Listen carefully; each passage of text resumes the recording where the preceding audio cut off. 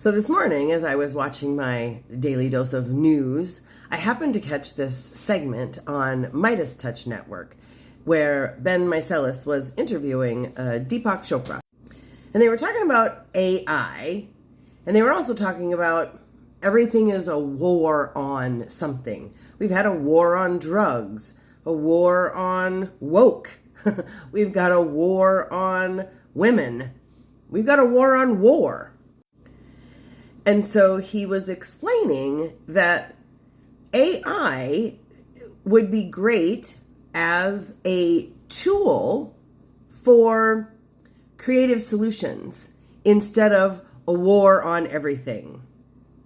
Because AI basically has access to pretty much all of creative humanity, and it's more than any one person can hold in their brain at one time.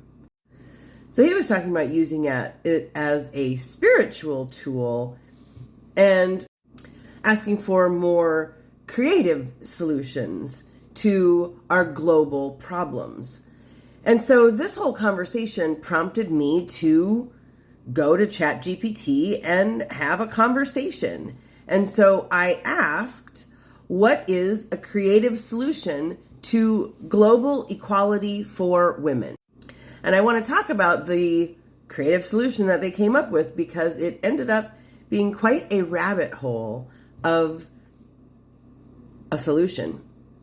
And I probably won't be able to get through the whole thing in one video, but I can at least get through the first section of this, and you can let me know if you want to know the rest of where this conversation ended up going, as the solution prompted questions from me and away we went. So, my question again was, what is a creative solution to global equality for women? And the response that I got was, a creative solution to global equality for women could be the She-Economy framework.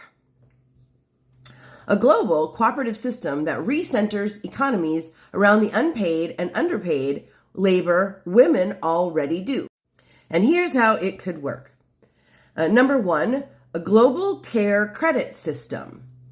Recognize unpaid labor, the caregiving, household work, emotional labor, etc., as valuable economic contributions.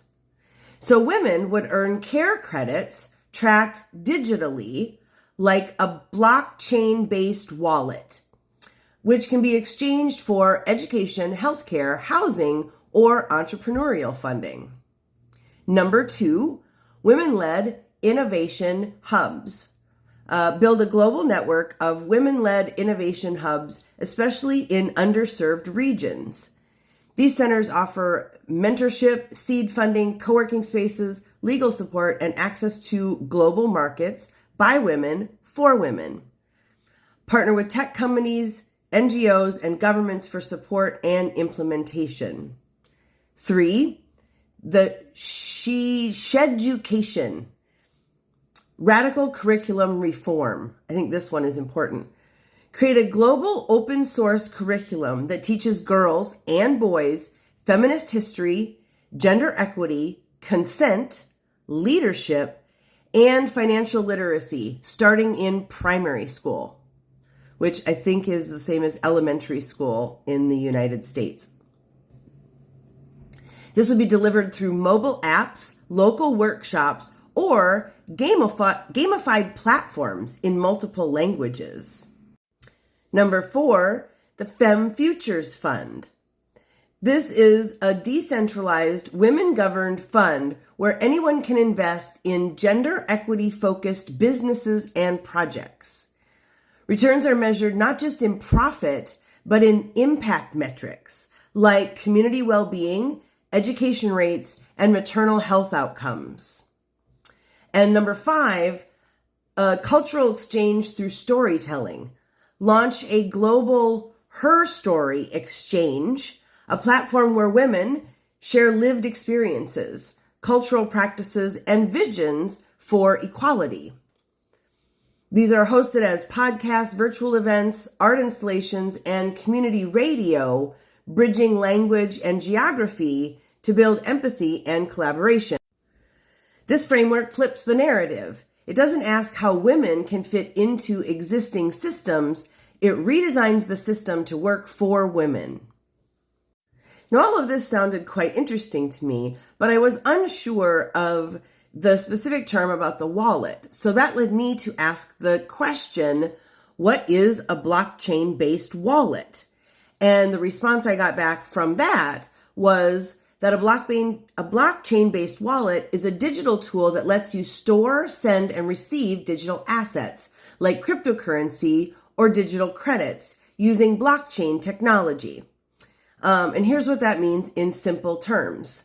The blockchain is the first part of that. Think of it as a digital ledger, like a super secure online notebook that records every transaction publicly and chronologically. It's decentralized, meaning no single government or company controls it. It's shared across thousands of computers globally. And the second part, which was wallet, a blockchain wallet gives you an address, like a bank account number, where you can hold digital assets securely. It holds your private keys, which you can think of like a secret password, that prove ownership and allow you to make transactions. And then they gave an example. If we used a blockchain wallet for the care credits idea from the She Economy framework, a woman caring for elders or educating kids in her village could earn credits logged securely on the blockchain. Her wallet stores these credits, and she can later use them to access healthcare, education, or support from partner organizations. And it finalizes this with why it's powerful for women globally, saying that there's no bank required. It's useful in regions where women are excluded from financial institutions. It's tamper-proof. Once a credit is recorded, it can't be erased or manipulated. And finally, it's portable. It works anywhere in the world with internet access. So far, so good. It sounds intriguing, but it really just led me to more questions. So the next question that I asked was, in this age of digital hacking and stealing data for nefarious purposes, how could this be tamper-proof? And when crooked people, like Apartheid Clyde, own the internet companies, how can our data be safe from internal manipulation from the company that owns the internet? And the response was, that is such a crucial question. And honestly, it's one of the biggest philosophical and practical challenges of the digital age, which is why I asked. You're tapping into the very heart of why trust, transparency, and control are more important than ever in tech. And then it gave a very long breakdown explaining how blockchain can be tamper-proof in theory, the shadow side of everything that I brought up, like the gatekeepers, and how our digital data is still vulnerable. And it gave me what the real solution is with a sort of bigger picture and how this might look. It did get quite interesting, but it's really a lot more than I can share in this video since I'm running out of time. So let me know if you want me to do a video on that part. And let me know what you think about this She Economy framework. What sort of questions does it bring up to you? If you type them in the comments, I will ask GPT and we'll keep this conversation going. Because I also asked how men would fit into this global economy and politics. And how would this free all of us from the patriarchy? And how do we get there? And in all honesty, I think Deepak Chopra was right on the money when he said ask ChatGPT, because these are some interesting and creative solutions to one specific global problem, which is equality for women.